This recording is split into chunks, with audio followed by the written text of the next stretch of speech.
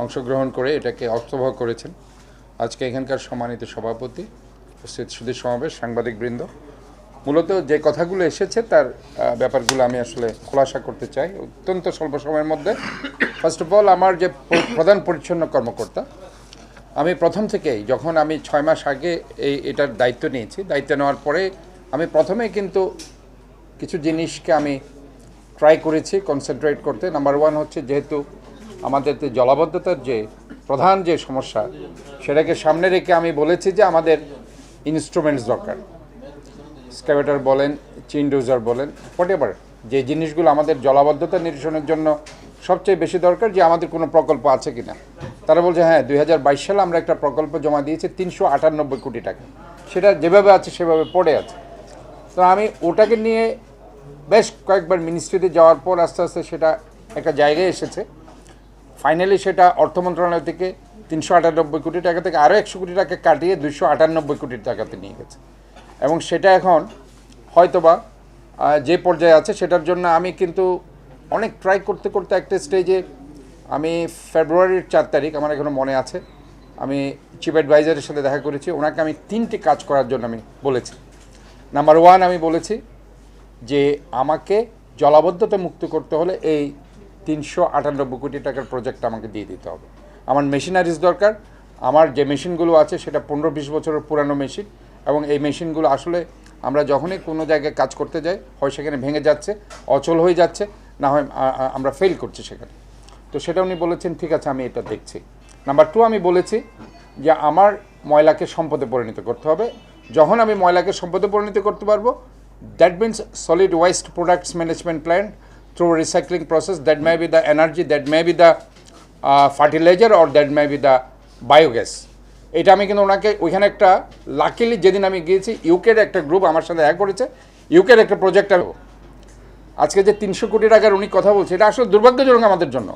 এবং একটা স্টেজে ফজল কবির সাহেব, যিনি এখানে দায়িত্বে আছেন, ওনাকে আমি লাস্ট যখন জিজ্ঞেস করেছি যে আপনি এটাকে নিয়ে, ওই দিন আমি ওনার সাথে দেখা করেছি, ওনাকে বলেছি, উনি আমাকে যে জবাবটা দিয়েছেন আসলে আমাকে বলতে বাধ্য হচ্ছি। উনি বলছে আগে জলাবদ্ধতা কতটুকু কমে আমরা দেখি, সামনে বর্ষাকাল, তারপর আপনার এটা হবে। সো ফানি, আজকে আমি এখানে বলতে বাধ্য হচ্ছি এটা, যে আমার জলাবদ্ধতা কি হচ্ছে সামনে, যে বাজেট কি দিয়েছে 5 কোটি টাকার খাল, এই নালা পরিষ্কার করার জন্য, 2.5 কোটি টাকার একটা বক্স কালভার্ট। তাও আমরা এই যে শাহরিয়ার খালেদ সাহেব সহ, মামুন সাহেব সহ, আমরা যখন রিকমেন্ডেশন করেছি একটা বক্স কালভার্ট করেন, 2.5 কোটি টাকা, দ্যাটস অল। এই 8 থেকে 10 কোটি টাকা সংস্কার করার জন্য এগুলো দিয়েছে, এর চাইতে বেশি কিছু তো দেয়নি। অথচ আমরা তো ওটা চাইনি, আমরা চাইছি আমার 300 কোটি টাকার এই মেশিনারিজগুলো দেন আপনারা। এগুলো আমি অত্যন্ত ক্ষোভের সাথে জানাচ্ছি। এই জন্য এগুলো আমি আসলে ওই দিনও বলেছি, যেদিন চিফ অ্যাডভাইজারের সাথে মিটিং, আমি বলছি আমার এই প্রজেক্টগুলো হয়নি। আমার এই যে solid waste products management plan, recycling প্রসেসে যে ময়লা থেকে, এটা তো আমি গত 6 মাসে not less than 10 countries representative কথা বলেছি। South Korea, Singapore, Netherland, China, Japan, finally Japan তারা একটা আমার সাথে এমইউ করেছে, তারা সেটাকে একটা ইকো ফ্রেন্ডলি করে দেওয়ার জন্য চিন্তা করছে। বাট সম্পদে পরিণত করার জন্য যে প্রজেক্টগুলো, আমি বলছি এটাতে ইউকে প্রজেক্ট অলমোস্ট ওখানে আছে ওনার কাছে, বাট এখনও কোনো আমি এটার কোনো আলো দেখছি না।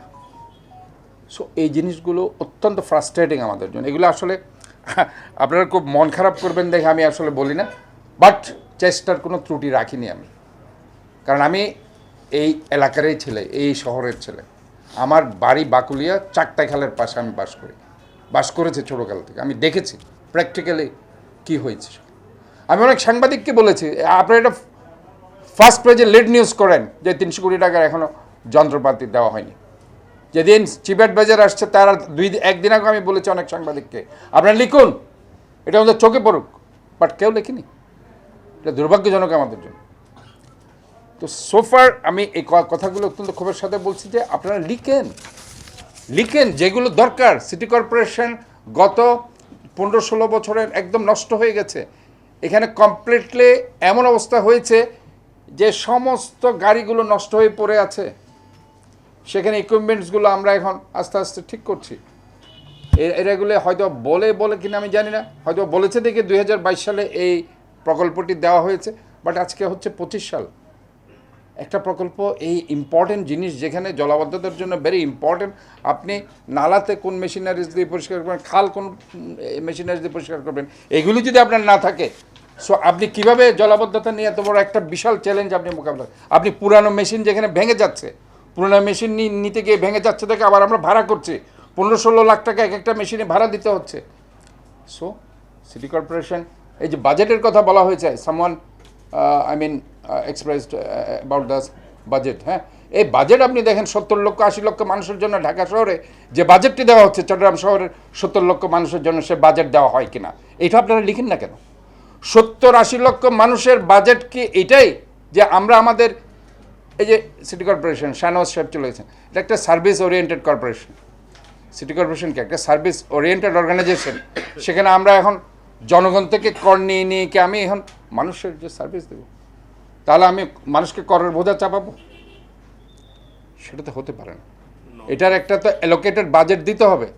আমার যে পার মান্থ 35 কোটি টাকা যে আমার এক্সপেন্ডিচার্স আছে, আপনি জানেন আমার সিটি কর্পোরেশনে প্রায় 100টা শিক্ষা প্রতিষ্ঠান আছে, সেবা প্রতিষ্ঠান আছে, যেখানে আমার ইয়ারলি 80 কোটি টাকা ভর্তুকি দিতে হয়। এই বাংলাদেশে এটা কোথাও নেই, শিক্ষার ব্যাপার। তো কাজে আমি এটা বলছি এই জন্য না যে আপনাকে তো বাজেট দিতে হবে, সে বাজেট আপনি ঢাকাতে দেন, চট্টগ্রাম শহর আপনি দিতে চান না কেন? Why not? আপনি চট্টগ্রাম শহরের কাছ থেকে আপনি সব কিছু নিয়ে যাবেন, বন্দর থেকে সব কিছু নিয়ে যাবেন, আর চট্টগ্রাম শহরকে আপনি অবহেলিত করবেন, এটা তো হইতে পারে না। নগদ পেমেন্টে 500 টাকা পর্যন্ত ক্যাশব্যাক আর লেনদেনে প্রতিদিন ডিপ ফ্রিজ এবং ঘন্টায় ঘন্টায় এসি টিভি সহ দারুণ সব গিফট।